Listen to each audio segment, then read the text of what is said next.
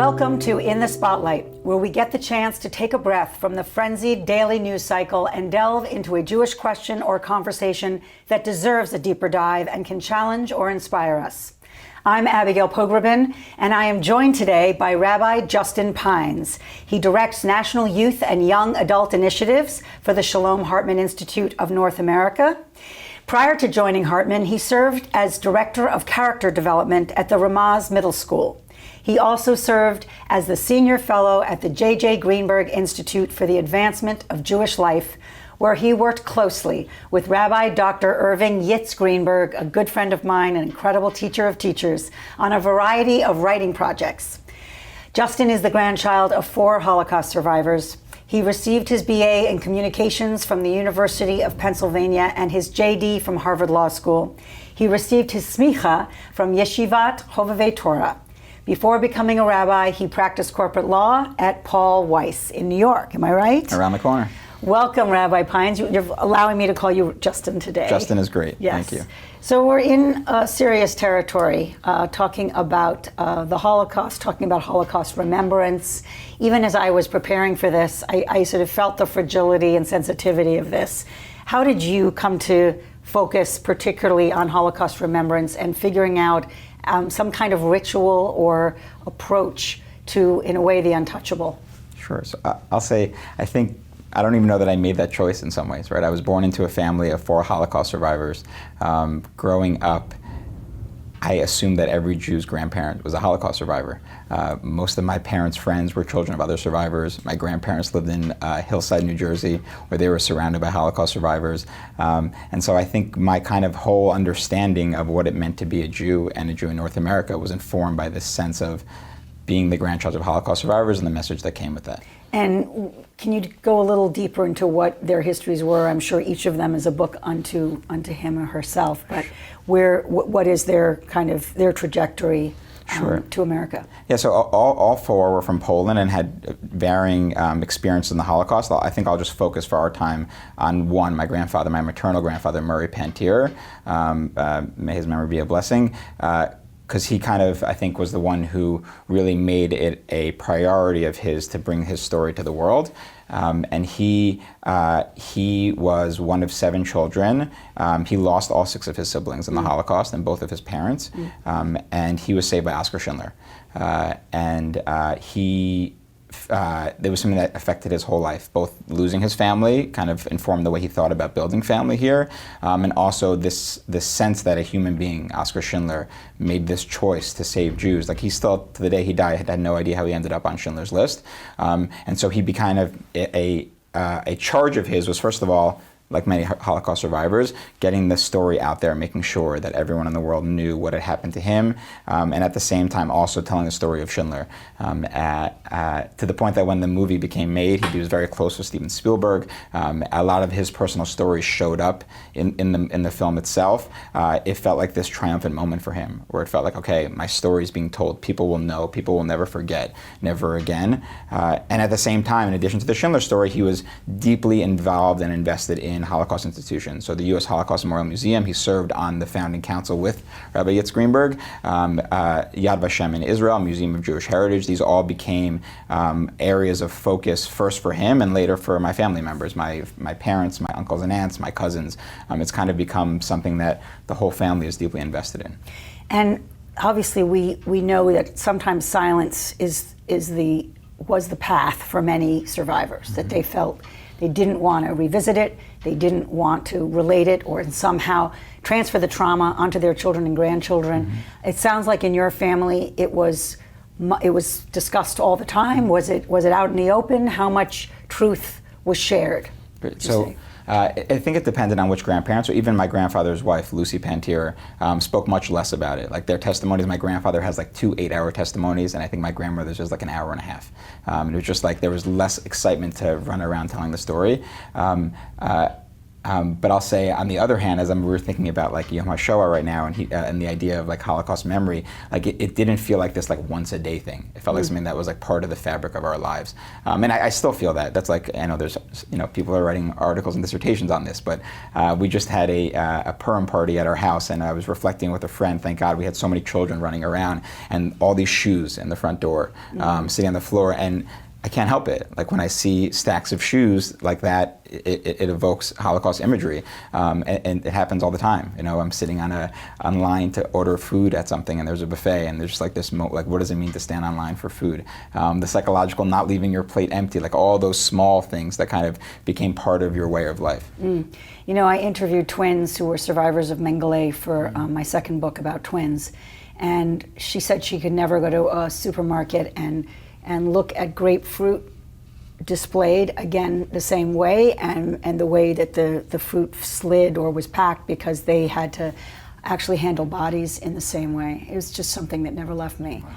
Wow. But in terms of trauma, I know that's a word that's sometimes overused now, but you are a descendant of a lot of trauma, and I'm just wondering if you can describe, you say you almost assumed everyone had a grandparent who was a survivor. Like, what was that like as kind of a daily, either sense of responsibility or weight? Yeah, I think the word responsibility resonates more than weight for me, or obligation. And again, I think it came into two different categories. One was just the idea of family, particularly for my grandfather, to lose all of his siblings and his parents, the importance of family, the importance of building family, the importance of really just investing in and appreciating the fact that I have family is something that, like, every day I'm thinking about it up against the idea of what's it like to lose everyone. And so I think that's a big thing that I carry with me as I think about my role in my family. And the second one, of course, is this idea of what's the obligation around both never again and never forget. What is the role of Holocaust memory and bringing that to the world? And what do we do with the challenges around survivors no longer being with us as much, and people denying or forgetting about the Holocaust? Those feel like real burdens. And then I'll say, I think I ended up becoming a rabbi, right? So I think there's a part of me as well that feels like, in addition to the obligation towards the Holocaust and the obligation towards family, there's an obligation towards the Jewish people, which is, what does it mean to invest deeply in the Jewish people and to serve, to feel like I have whatever talents I have, and I'm meant to bring those. And even that I learned from my grandfather, which it wasn't a Holocaust lesson, but I think in some ways it was, which was this idea that, like, whatever you have a responsibility to give. God gives you brains, use your brains to help. God gives you money, God gives you good looks. Whatever tools you've been given, you have a responsibility in the world to put them to use. It doesn't make you better or worse than anyone. It's just like, the ox that's the strongest goes at the front of the oxes to push the weight in the farm. That's your job. And so feeling like part of my journey was clarifying which gifts I had and how to best employ them to serve. So that takes us to the Hartman Institute and identifying that, in a sense, a ritual is missing when it comes to Holocaust remembrance. Tell me how it came about that there is this new Seder, this new ritual that you have been part of creating. So I think for many years now, we've had kind of our go-to Yom HaShoah program. I remember even showing up on campus and we stayed up all nights and read the names of people who had died. And you have in communities kind of lighting 6 candles, having a survivor speak, these powerful moments that are about testifying to what happened. And the 6 candles are for the 6 million. Of course, I apologize, the 6 million Jews. And I think we're starting to run into a challenge, which are the following. One is, what are we going to do when there are fewer survivors to bring to speak? How are we going to shape this experience if it's not specifically around a testimony? And then I think we have another one, which is not just specifically about the survivors, but just about time, which is, how are we going to make meaning? How are we going to make this part of the calendar in a deep way? The same way all the other holidays.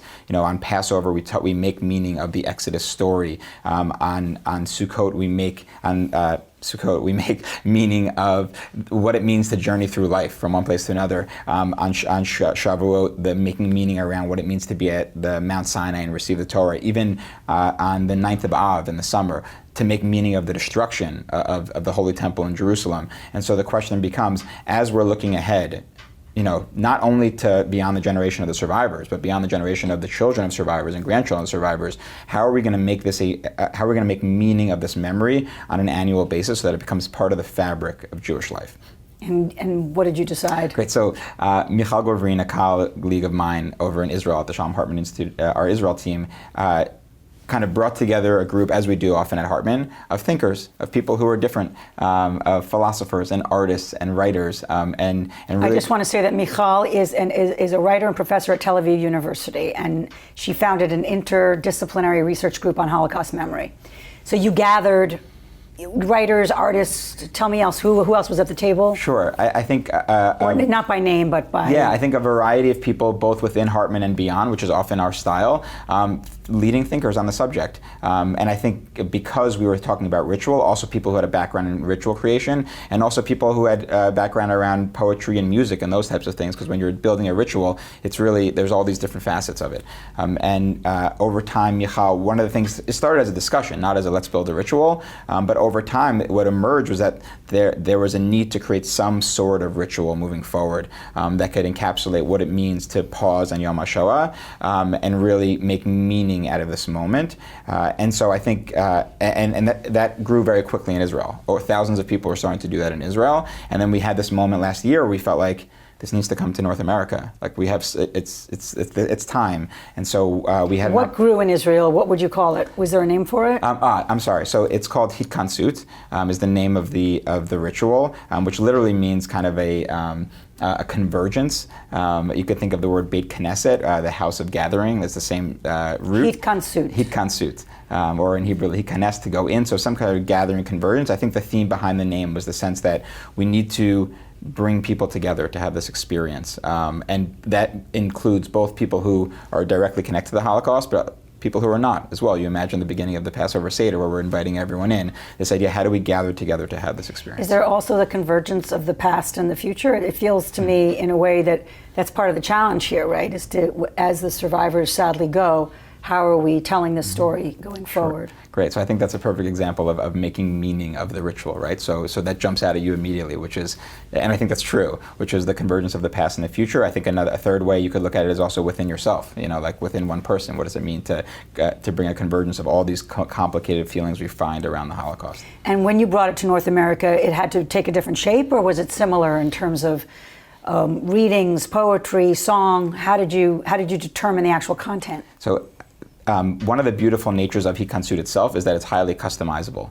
So there is kind of a Seder or an order, a structure, a plot, as Michal likes to call it. There's a plot over the course of the experience, but there's also a lot of opportunity to customize it to the needs and feelings of your community. So we did that last year on one foot, basically. Like a month before, a group of us came together and we built our own Hitkansut. We had the opportunity, like, what's the experience of developing Hitkansut, which I think was very, very powerful. And then over the past year, we took a further step back and said, let's bring in some scholars to join our team.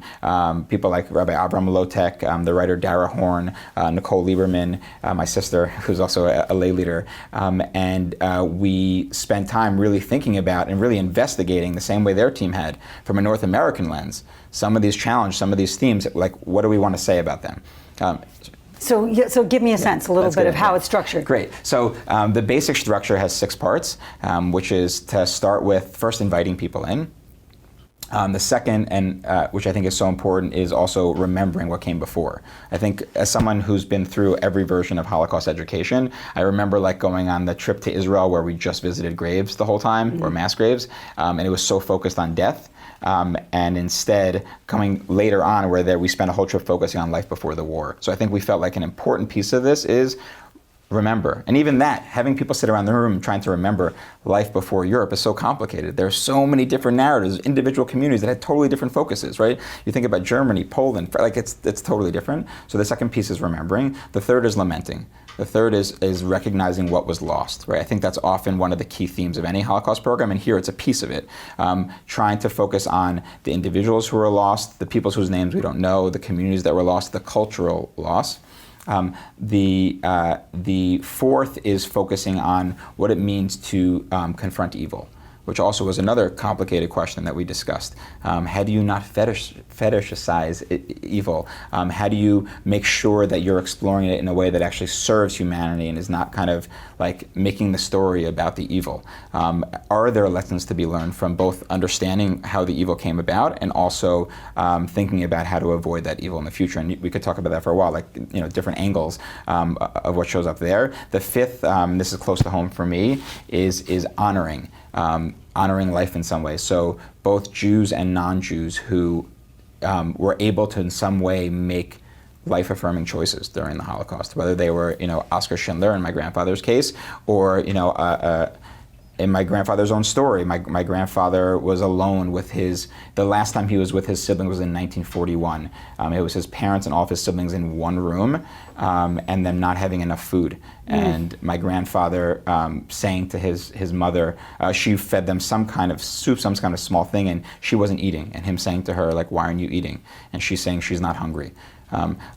Those moments, right? What does it mean to honor the individuals who did small acts of kindness that changed worlds? And then finally, the sixth piece is thinking about ahead, thinking about the future. What's the takeaway for this moment, both in terms of this year for this group or in general? Really trying to put time into making meaning about the Holocaust, not only remembering the past, but also thinking about the future. And these are, I watched one.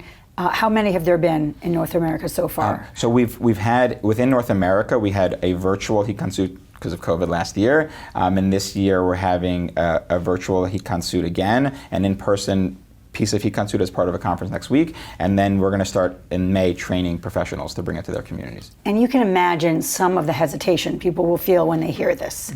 The idea that there's some ritual, that there's some structure, it feels artificial with something as horrific. So how do you respond to those who almost feel like it's sacrilege? I can speak for myself personally, which is I think that this is being undertaken in a way that has the most kavod, respect, both for the individuals who were in the war and also for the memory of those individuals. I think in some ways, I think of it as lifting their memories, right? I have the charge in my ear every single day from my grandfather. He as a real estate developer named 26 streets in New Jersey after Oskar Schindler. Like he was like, this is something I'm going to do. Wherever I go, Schindler's name needs to be there. And so for me to think about what the next generation is like, okay, what's the thing that I'm going to help do so that it makes sure the next generation, this is still there. And I think we've striked a really beautiful balance thinking about kind of what are the classical Jewish texts that inform that, and they show up in each section. What are the testimonies?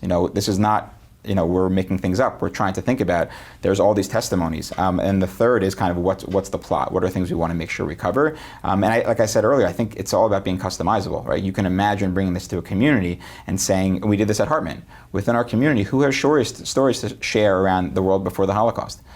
Who has stories to share around the tragedy of what was lost? Who has stories to share of someone doing some positive act? And actually inviting people to bring their stories in and having a place to insert them instead of kind of just feeling like these are these stories that are disappearing. And I'll add to that, I think another beautiful outcome of this is encouraging people to go to archives. Right? Because you can imagine an educator in a school at the beginning of the school year saying, we're going to build a Hitkansut. Your assignment is life before the war. You don't have that in your family? Great. Here's the Yad Vashem archive. Here's the U.S. Holocaust Memorial Museum archive. Do some research. Go learn. And trying to imagine the next generation sending them to archives. It's a beautiful thing to really to uncover these stories. Well, it also goes to the statistics that are chilling about how so few of students today actually know about the Holocaust at all. So I assume this is not just going to be for Jews to observe. Is that part of the vision? For sure. I think that it's really creating a structure to have a meaning making experience around Holocaust. And I think it can be done in any. I think we've had demand from anything from rabbis to educators to campus. I think all different areas people are going to be interested in using this. You've got, in a sense, you're almost insulated by your history if someone was going to criticize it, because you really come by this with deep knowledge and learning and familial connection, as does Michal, who her mother lost her first husband and Michal's brother. And it's horrifying to hear some of what her mother remembers. But in a way, you're unimpeachable. No one can, in a sense, impugn your right to think about doing this. But I can imagine someone who has zero connection and zero history, it feeling almost kitschy. I just want to push on this because I can imagine that feeling like there's almost any choreography around Holocaust, any acting out.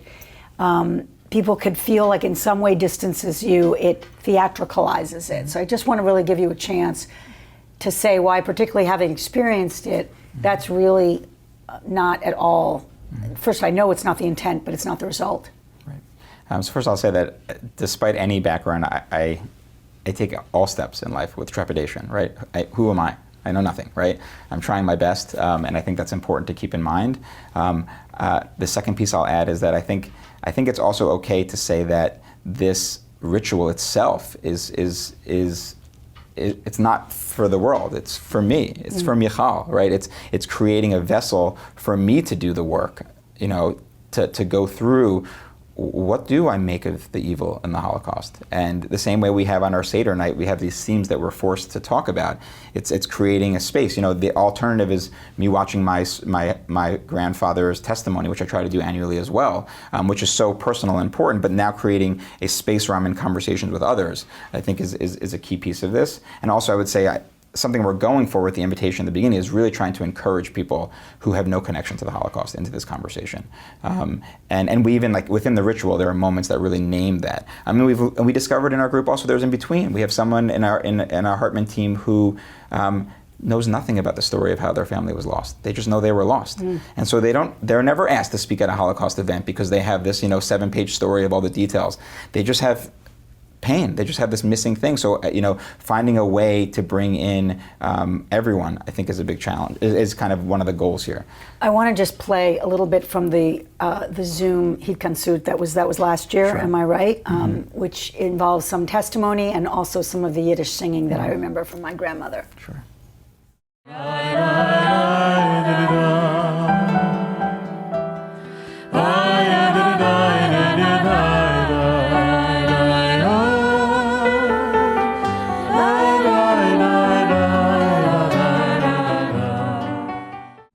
אני חושב שמנשר ניצולי השואה, מלבד כמסמך היסטורי גם, שעומד בפני עצמו, כלומר המשמעות של מה שנאמר במנשר, יש בו את הכלים, הייתי אומר. ומולה נזכור גם את דרכי העמידה, את דרכי ההתמודדות כנגד הרוע.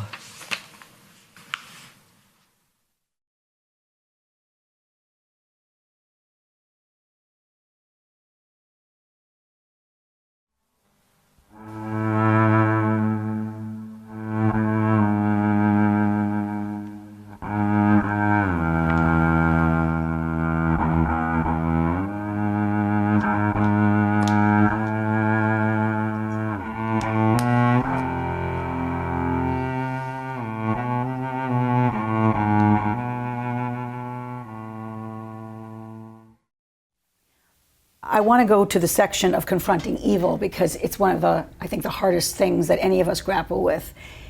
What are the tools for that? I know Hannah Arendt is quoted, and we know her book, The Banality of Evil, but what are the other elements that allow someone coming to this not to, in a way, feel daunted to grapple with something that's so unimaginable? Mm-hmm. And so I think it's a discussion. And I think that's part of the idea of Hitkansut, is to have people sit down in advance and really think about what that means. I'll share some of the themes that came up in our group, which were, the challenge, is evil institutional or individual, right? We had that question around the Holocaust also. Was it Hitler or was it the Third Reich? And what was the combination there? So that, the question of, is evil something that's inside all of us? And it's a challenge for us to make sure that it doesn't peek its head. Is it our goal to make sure we're careful to notice when evil shows up in the world and to do our best to stop it? Right? I think these are different lanes that you can kind of take on the question of evil. And I mentioned earlier also the caution around not getting lost in describing evil so much that it becomes, a fantasy or something that we're excited about. And I think, unfortunately, that happens often. Right? There are many different expressions of Holocaust memory where you're spending a lot of time, not glorifying, but certainly focusing on the evil in a way that's wow, how did they manage to do that? I just want to read a quote from Michal. She said she was critical of the kind of remembrance that highlights the atrocities.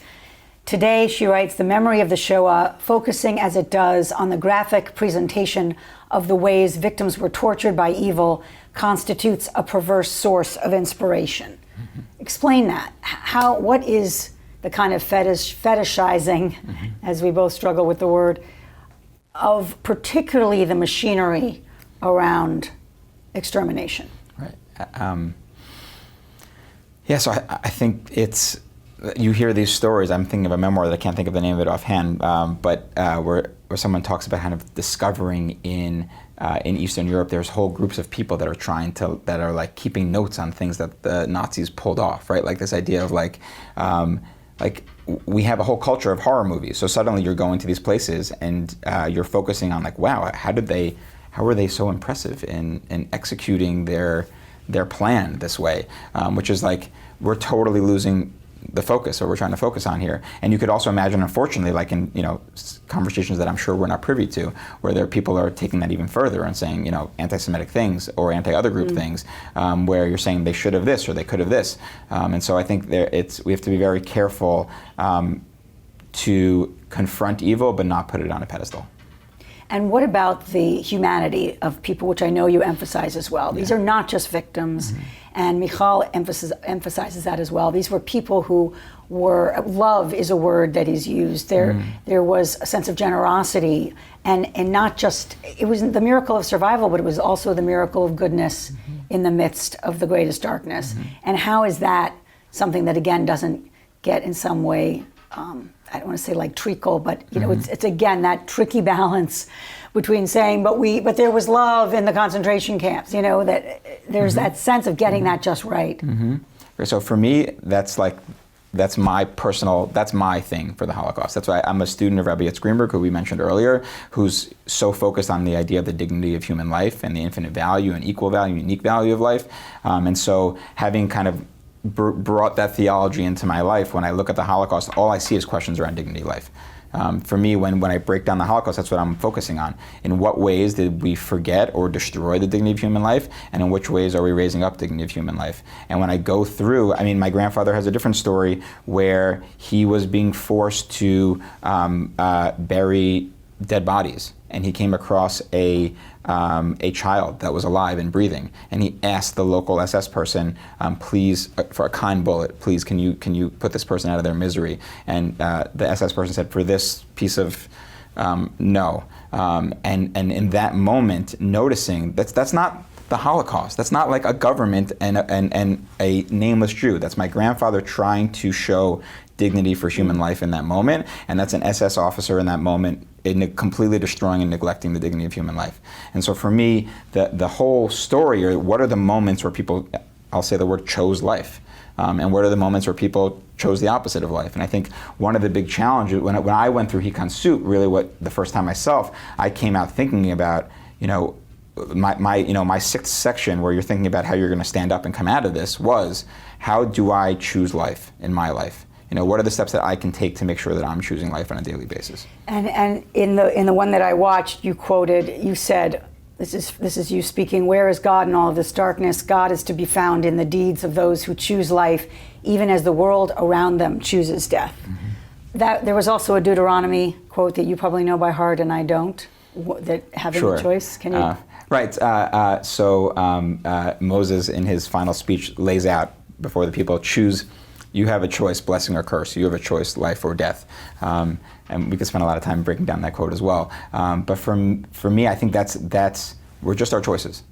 Like that's all we got at the end of our lives, is the choices that we made. So noticing the choices that we're making, and yes, you could blame your choices on your nurture and your nature and all your environment around you. But at the end of the day, you have moments to make real choices, and by choosing life, to use that same terminology, you're lifting up the quality of life in the world.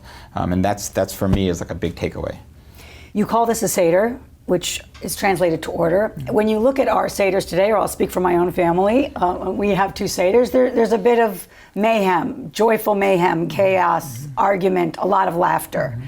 If you think about what we're memorializing, it's, our coming out of Egypt. It's the most profound kind of peoplehood moment that the Jewish people return to, and it's kind of the core of our identity. But there's just a lot of mirth at this ritual that I would speak for most Jewish families, even though there's sobriety too. Is there any danger, I guess, about 40, 50, 100 years down the line, of this Seder suddenly not having the gravity it deserves? I'll say that should be our biggest problem, I guess is what I'll say, right? I think I'm a man of faith. I believe that the exodus from Egypt happened. I believe that we stood at Mount Sinai. I believe the Holocaust happened. The same way the whole world denies, or many people deny Exodus, deny Mount Sinai, we already have Holocaust denial. You pick the number, 50 years, 100 years, 200 years. The internet is a place of people spreading ideas and finding techniques to improve them. There's going to be deep and serious Holocaust denial, and unfortunately, and God forbid, I'm sure it'll be more widely adopted than it is today. So I think the challenge within our community, but even more broadly, is trying to not simply fight against that by saying, look, we have these artifacts. I think that's part of it, but artifacts aren't enough, right? Making meaning from memory that's how it becomes part of who you are. You're affected by the narrative of your lives, and if there's something is on a shelf that's like a fact, no one cares. If it's part of who your life is, then that's where it goes. And I think, I don't know, what was the first, we have ideas around what the first Seder was like, but I think we have all these moments in Jewish history, the destruction of the temple, to the Purim story, to the Seder story, the Passover story, which have a lot of terrible things in them, and not all of them are sad. And so I think the challenge will become, each generation will have to think about that. I hope that it's not like, we're getting drunk and talking about the Holocaust. That doesn't seem like where we're going with this. But I think about, for instance, and I really don't mean to make light of it, but like the Sephardic tradition that I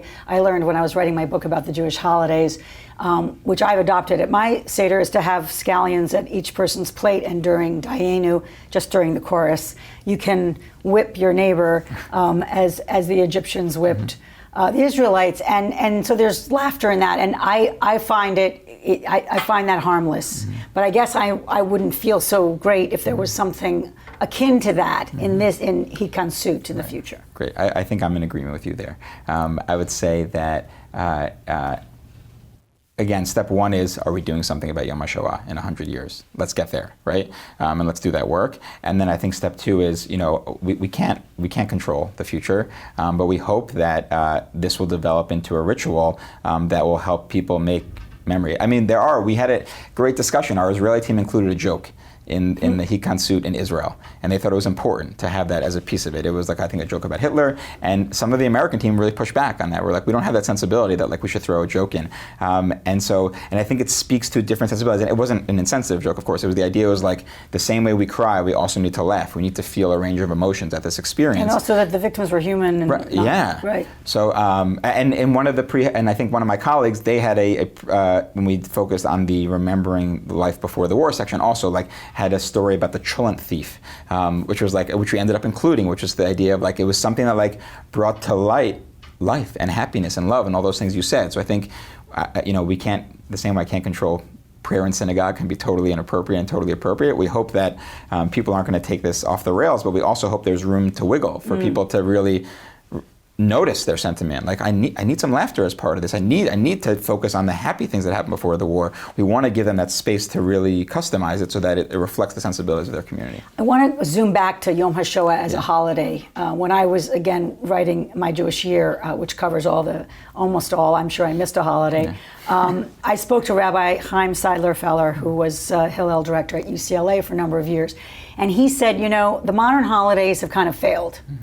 And that holidays don't work without a meal. They don't endure. People don't know what to do. And looking at Yom HaShoah, there was also great controversy, as you know, about creating a holiday at all. First of all, the idea that this horror could be contained in one day feels almost like a shanda, but also where to put it. And we can talk about the argument of where in the calendar it should be placed. But it is kind of not working. If I look at sort of my fellow Jews who care enormously about this history, who feel undone by it when they read about it, think about it, learn about it, teach it to their children, but they don't exactly know how to mark it. They don't exactly know how to revisit it. And that's why I think what you're doing is so important, why this is crucial. But it's almost like we're flailing still a little bit about the holiday itself. People aren't prioritizing it. Whereas I don't know a Jew who almost won't miss a Yom Kippur and won't miss a Seder. So how, maybe it's not going to rise to the level of that, but how does this, in a way, become more more integrated, more enmeshed in Jewish life. We need a break fast at the end. Is that what you're saying? I'm pro-food, but not for this holiday. Right, no, I was thinking of Yom Kippur also. It's like That's everyone true. shows up for the break That's fast. true. The break fast is a big deal. Break fast is that's a highly attended holiday. I think for me, I think what part of the challenge around the other holidays is that the ritual and the liturgy has become so static. Right, so for you to show up, even a Passover Seder, you spoke beautifully around yours, but I've heard of ones where it's like, you're reading the book and getting through it. Everyone says a line, let's get through this thing. This is like this thing in front of us we have to read, right? Like standing between us and the gefilte fish. Exactly, right? So, and you could imagine that here also. Like, God forbid someone should just take the ritual and just like, I just want to read through it and get through it, right? The idea here is to create a ritual that's inviting people in, that's getting people to a little bit do the work. I think we have a larger question, which is around how do Jewish ritual become compelling in the 21st century? Like, why should I spend the weeks leading up to Sukkot preparing for Sukkot when I could watch something on Netflix? But I think anyone who's ever done that work, I know myself, especially during COVID, where I was like, just me and the family. Sukkot has to be meaningful, right? Like for Sukkot, for example, we there's an idea of inviting a guest in each night. So like we did that. We had no guests. So it was like we spent time deeply studying. I spent time deeply studying who are the guests, how we're going to invite them in, and then that was the thing I did with my kids. We're inviting Abraham and Sarah in tonight. They're like Who knows about them? How did you make that come alive? So that instead of it just being like, we need to sit in the sukkah and eat food now, it was like, okay, we're inviting Abraham and Sarah. What do you guys know about them? What do you think they would like to eat? Like, let's have a whole conversation there. And like, it's a product of spending those 15 minutes preparing in some way. And so I think, that's a larger challenge. It's like, how do we get people both the permission to customize the holidays in a way that's meaningful to them? And I'm an Orthodox Jew, so I definitely have a massive deference to history and tradition, but I also think that like holidays are meant to respond to the needs of the community on a given year or time.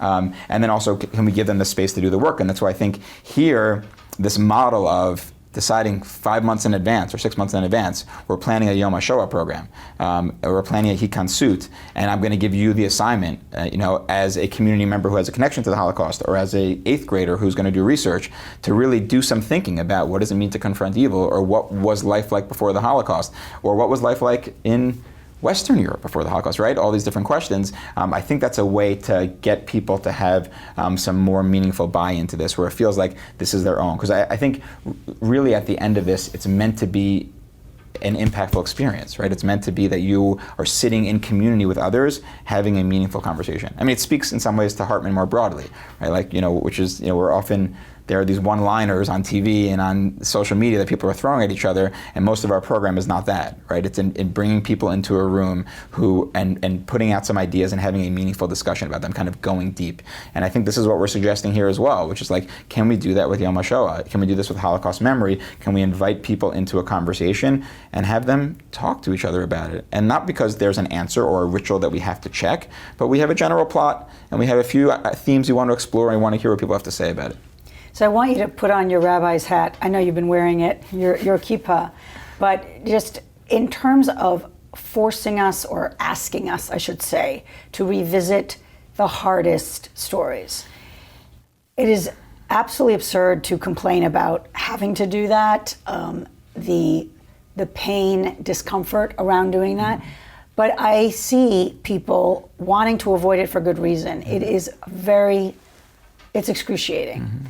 So how would you, in a way, pastorally counsel us as to why we at least once a year need to?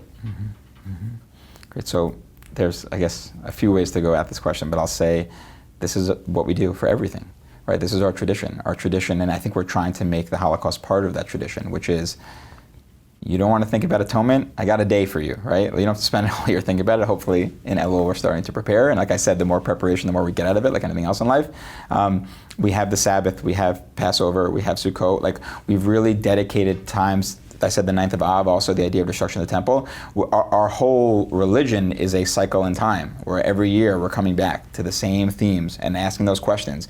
And I asked it when I was 2, and then when I was 6, and now I'm 23 and 35 and 89. And so I think why I'm drawn to this as someone, of course, who feels close to the Shoah, is trying to create a moment in time where we're coming back to that. And on your second question, and the specific piece around the kind of why look at evil in that way, like, or why notice these terrible things. Experience it. Yeah. I mean, it's something, you're putting yourself through something. Right. Which again, it's like, I'm not crying for you, I'm not crying for myself. No. We should do it. Yeah. But you can imagine that sort of the human response to that is not, it is extremely difficult to actually, if you really go there, and it isn't, you know, if you're going, I think, to the truest truths, it's particularly, it's hard to come through it. I love that phrasing of come through it as well. I think done in the context of these other pieces is really what makes it valuable. I think I mentioned earlier, going to Poland to just focus on the death, that's not an experience that helped me to grow as a person. But going to Poland to understand what the world was before, and what happened during, and what happened after, that's a whole different set of questions. And I think that's why it's a piece of this, right? It's not everyone rattle off the worst things that you heard happen in the Holocaust. And even that, first of all, I'm sure people are watching plenty of terrible things on TV that are just like fiction, and this is real. It's actually another weird question we could discuss is also, like, compared to other moments in history, we have so much here.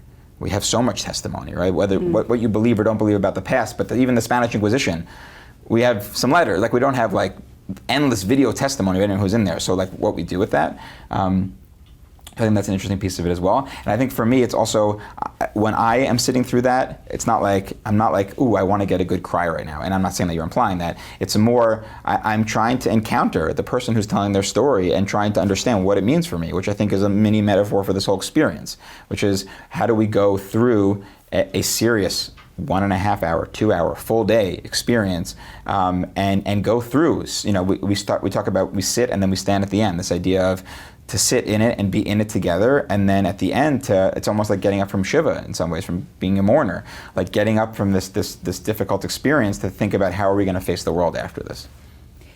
Never again, in a way, has been trivialized in some ways, because I think just because it's overused. But how do those two words operate for you with this Seder and with this kind of remembrance? Great. So another discussion we had in our research team, I hope I have permission to tell everything the research team spoke about, but I am now. Another thing that came up was... On JBS, you are revealing the inner workings. I say it also because the act of being on a research team was so powerful, right? Being in a room with people who have all different closeness, distance, opinions about the Holocaust, and being forced to talk about it. So I don't want to say refreshing because we're talking about the Holocaust, but it was so powerful, right? To actually just sit. Before we even get to my question, I'm noticing even as we talk that you have a fluidity and an ease, and you're even smiling in a way, and I'm feeling almost much more paralyzed. Yeah. And I think that I don't think I'm alone there. It's like, I almost feel like it's something I can't touch. Yeah. And I'm finding it even in asking you. I can imagine that there would be power in my being in the room, even feeling like I was entitled, being given permission to have a conversation about a chapter that I feel like is in a way untouchable. Like, I don't have the bona fide, I'm not equipped or expert enough. So I think that's part of what I'm reacting to here, is that you're in it. So in a way, you're not so, it doesn't feel to me as taboo as, coming from you as it does as I try to wrestle with it, which I'm doing badly. I so appreciate that question. We're at the time of year where we're thinking about Passover and the Seder when we're recording this right now, and we say we were all slaves. I think we have to do both here. It's not that we were all there. We weren't there. I was not there. My grandfather was there. My grandmother was there. My other grandparents were there. I was not there. I'm not pretending that I'm there. And I don't think that it automatically gives me I think it gives me responsibility, but not entitlement.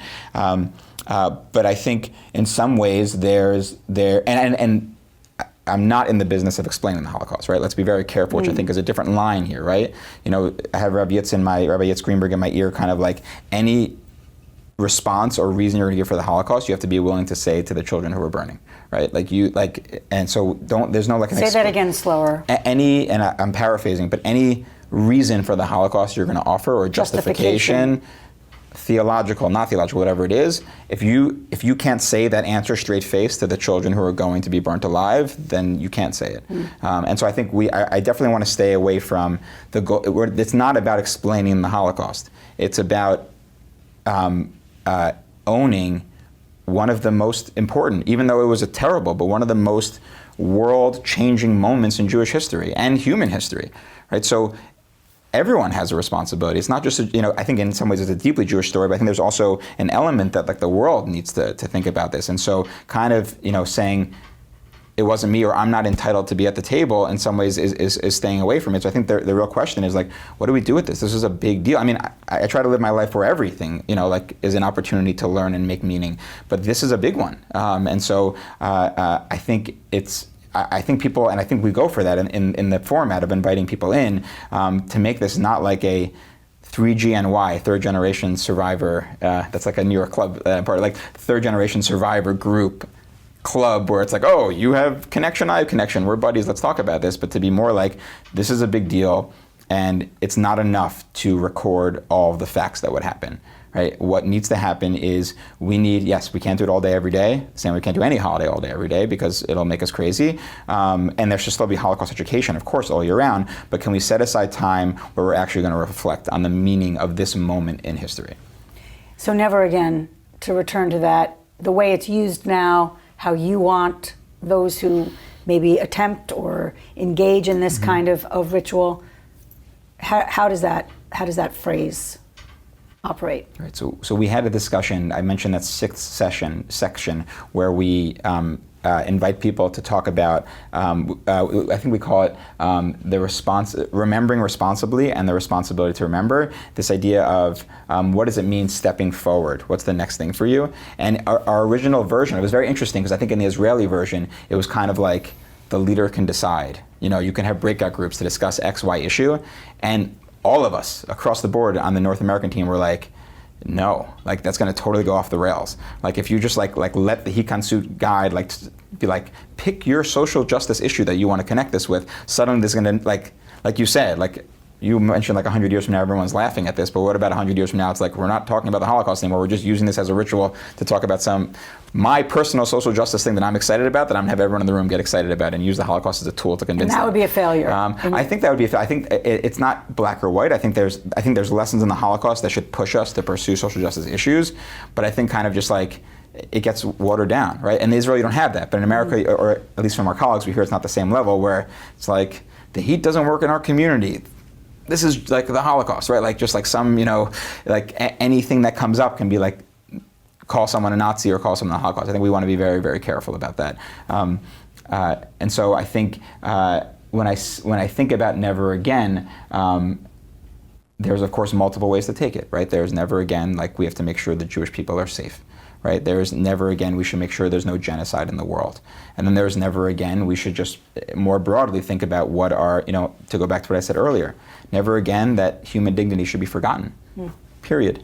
What are the ways in which we're destroying human dignity in our lives daily today? That feels like a personal thing that comes out of this. For me, I relate to that, but it grows out of grappling with these questions more deeply. So I guess I would love to finish on an upbeat note of anti-Semitism, which is that it is clearly, it's almost a cliche now to say that it's spiked, but it's just the data is unequivocal and it is unsettling to say the least. Mm-hmm. How does for those of us who might consider taking this on this year, what's the context of something that feels like a shift now, where at least in my lifetime, I haven't seen hatred be as bald-faced and as widespread? It is a unfortunate or sad and true reality that you're describing, and I think it's something to be taken very seriously. And I think at the same time, it's important to not live our lives in fear, if that makes sense, except for fear of God, but that's the rabbi speaking, which is how can we be vigilant and use all the tools at our disposal to make sure that we are protecting the lives of Jews and fighting anti-Semitism, but at the same time not lose sight of the mission, right? If you spend all your time focusing on anti-Semitism and these gotcha moments, I caught this person saying this thing inappropriate, like even the Whoopi Goldberg thing, I thought was such a miss. It was like everyone jumped on her and it was this opportunity to have a conversation. And what should have happened? I think I think, unfortunately, we reflected the whole kind of. Can you recount just for anyone who forgets what happened with Whoopi? I'll paraphrase the general phrasing, but I think she implied that, and maybe you'll know it better than me, but the idea that when talking about what happened in Europe, that it was kind of like white on white genocide, let's call it that. And I think in that moment, there's an opportunity to educate, to say like, well, that's a complicated question. What are, like, number one, not all Jews are white, fine. Number two, is Judaism a religion? Is it an ethnicity? Is it a nation? This is a complicated, interesting question, but what often happens is there's like, within an hour I had 100 texts, she needs to be fired, this needs to happen, why aren't we doing this? This whole jump on moment, instead of like, which again is like, it's a knee-jerk reaction which is grounded in fear. We can't give someone an inch because it's going to destroy the Jewish people. Instead of like, well, it's also a sense like we did that before. Right. We were passive before. We didn't act strongly enough, fast enough. Right. And never again. Right. We're gonna jump all over you. Right. So, but it's a different time, right? And when I say it's a different time, I don't mean that like it'll never happen again. I mean when if a Jew has no power, they can't have a conversation with Whoopi Goldberg. Right, but we had that story a couple of years ago where a player on the Philadelphia Eagles said something anti-Semitic, and Eddie Mossberg, a Holocaust survivor, met with him. It's a totally different response. To be like, the goal here, it's not to educate, I know, let me tell you, but like, you're coming from a place that shows that you're not familiar with these things. Let me learn from me and let me learn about you. Let's have a conversation. What's driving that? Probably if you're making that statement, you're feeling something else around race in America. So let's talk about that thing you're feeling, and let's talk about why Judaism is a complicated thing. So I think these, how we can get into the habit of keeping our eye on that ball, which is like, what are we trying to do? Call it the dignity of life, call whatever you want to call the Jewish mission is, but how do we make sure that we keep doing that? So to really end now, it's almost the biggest question, and it deserves another hour. You mentioned God as a rabbi, but I have read and listened to Yitz Greenberg, who talks about God being invisible and grappling with that in the context of the Holocaust. Where does God fit in to Hitkansut, and where does prayer fit in? I mean, are you suggesting that there is something that we are praying for? Is God in this Seder? We need 2 more hours for that. I know. So I'll say a couple of things. That's why I'm smiling. I'll start by answering a question you didn't ask me, which is how it shows up for me, if that makes sense. And I think I don't know if that's a dodge, but you can do it. No, I think Hitkansut can't like decide what people feel about God, right? People have to have their own relationship with God. And similarly, there's prayer liturgy in Hitkansut. How people relate to it probably has to do with a lot of history, and I would love to spend an hour talking about the meaning of prayer. I know you had a great group with Noah and Joey, talking JBS, about JBS, which was wonderful and very powerful. I really enjoyed it. I will say that for me, especially I'll talk about God in the context of the Holocaust, which I feel like is a little bit getting at what you're saying. I am a student of Rabbi Yitz Greenberg. I think taking what he has said and also kind of thinking of my own experience is that I believe that and I'm a believer in God, we have an evolving relationship with God. In the same way one might have an evolving relationship with a parent. And in the same way that a parent, changes your diaper when you're 2, and a parent has a different relationship with you're 18, and unfortunately a parent disappears from your life at a certain point. I won't go as far as saying that God has disappeared from the world, but I think that if you look at our history, God's relationship with us has changed over time. And I view it now, you talk about the sandwich generation, I view it now as more of like a partnership, that we're at a stage in history where it's not the God of Exodus who's going to come and just be like, I'm taking you out of here. It's a different model, which is, you can't let this happen to us, right? And that also God is feeling that God in those moments in the Holocaust is feeling that pain. And it's not necessarily an absence, it's an element of in order for the humanity to grow, in order for humanity to move closer and closer to, let's call it messianic times or a more perfect world, it has to do the work themselves. God can't clean up for us forever. We have to do that work. Hitkansut, if someone wants to take this on, explore it, their own community, family, congregation, what do they do? Go to the Hartman website. Hartman website, and Hartman website. Tell us what it is. Tell it what is. Sorry. Do you know the actual? I think hartman.org.il is my guess. Okay, Shalom Hartman Institute. You can Google the Shalom Hartman Institute of North America. You can put in the word Hitkansut if you want to skip to the Hitkansut piece. Let's spell that. Hitkansut. Okay. Justin Pines, Rabbi Justin Pines, thank you for this. Thank you for the work you're doing. And here's to making meaning even in the darkest places. Thank you. I'm Abigail Pogrebin. I'm so glad you joined us for In the Spotlight. I look forward to seeing you next time.